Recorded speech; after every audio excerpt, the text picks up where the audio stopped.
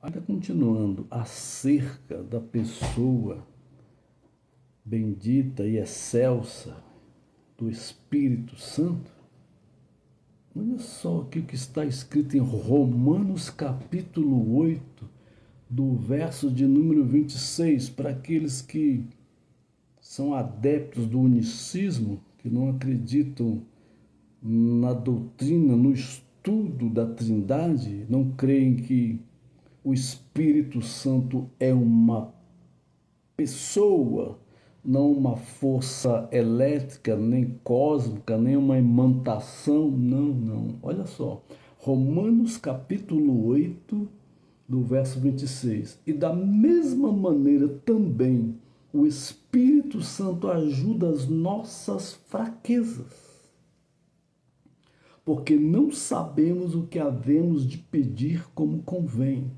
mas o mesmo Espírito Santo intercede por nós com gemidos inexprimíveis. E aquele que examina o coração sabe qual é a intenção do Espírito, e é ele que, segundo Deus, intercede pelos santos. Que santos são esses? Santos canonizados pela Igreja Católica? Nunca foi. Santos de algumas entidades aí, afros e etc., nunca foi, nem será, muito menos.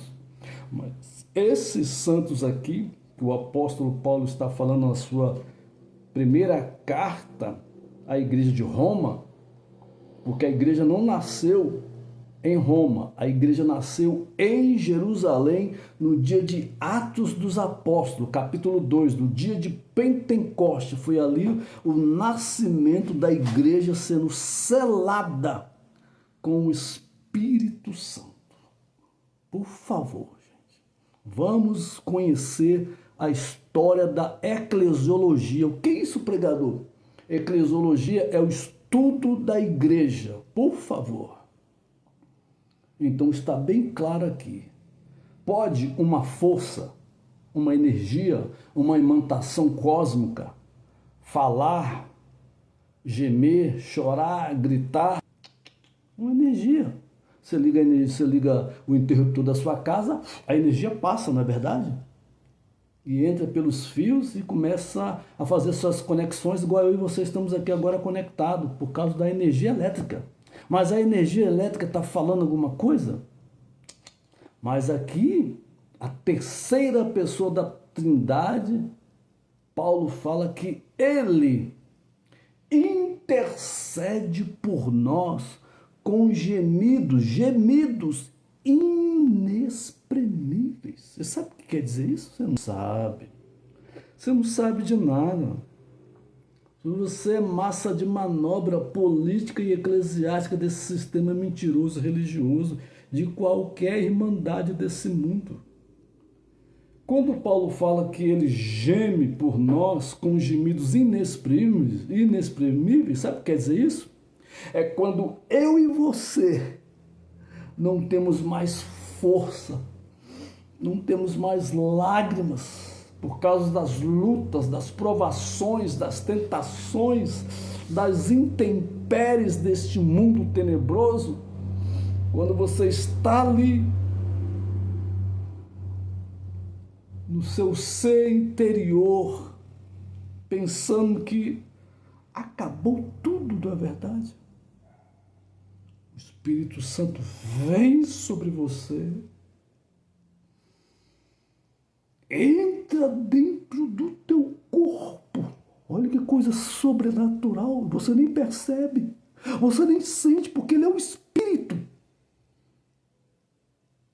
Ele entra dentro do nosso corpo e capta os gemidos da nossa alma, que está gemendo, que está chorando, que está gritando e pedindo socorro, socorro, socorro.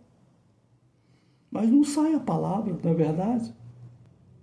Mas ele entende os intentos do nosso coração.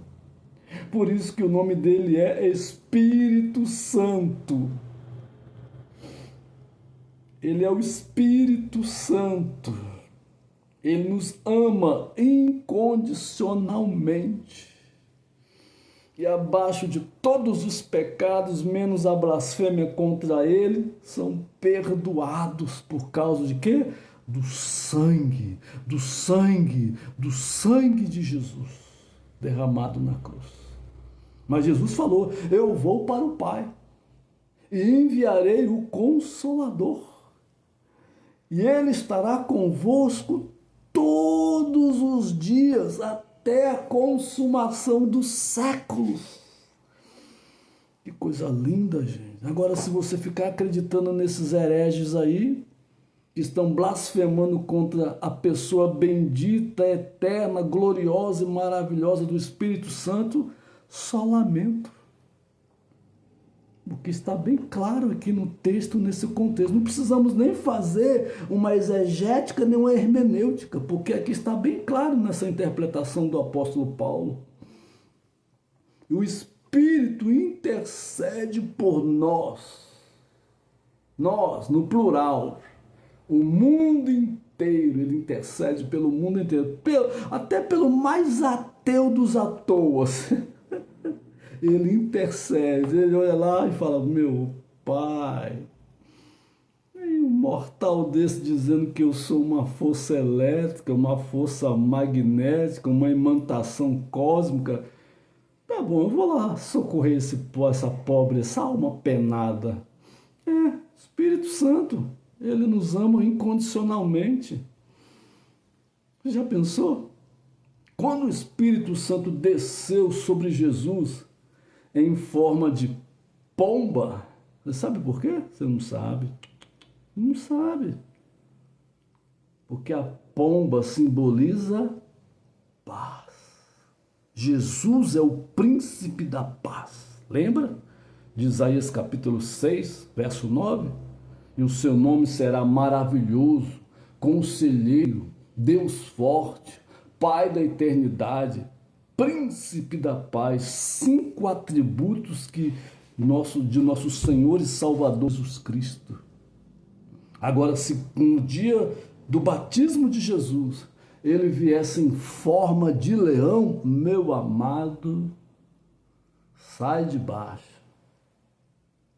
Misericórdia desse mundo. Entende? Porque o leão espedaça, estraçalha tudo. O leão na cadeia alimentar está acima de todos os animais. Mas não. Agora haverá um tempo, lá no livro de Apocalipse, da escatologia, aí sim ele virá o leão da tribo de Judá. Aí, meu amigo, já era. Aqui agora, o Espírito Santo está sendo o intercessor por nós, para que nesse dia da vinda do Senhor, ele não venha nos julgar como juiz. Porque o advogado paraclito de Deus aqui é o Espírito Santo. Então ele está nos advogando. O Espírito Santo é o nosso advogado de defesa e de fato diante do trono de Deus. Preste bem atenção nessa revelação profética. Ele é o nosso advogado de defesa e de fato. Mas naquele dia, ele vai julgar com o seu cetro de justiça e de equidade, porque Deus sabe, Jesus sabe, o Espírito Santo sabe quem é e quem não é. Aí ele vai separar o bode das ovelhas, da direita para a esquerda. Ó, acho melhor você pular para a direita, hein? Porque naquele dia, quem tiver na esquerda, ó, vai era. Mas tá todo mundo aí brigando pela esquerda, né? Sei lá. Eu prefiro ficar com a direita. O que você acha? É um trocadilho, tá bom?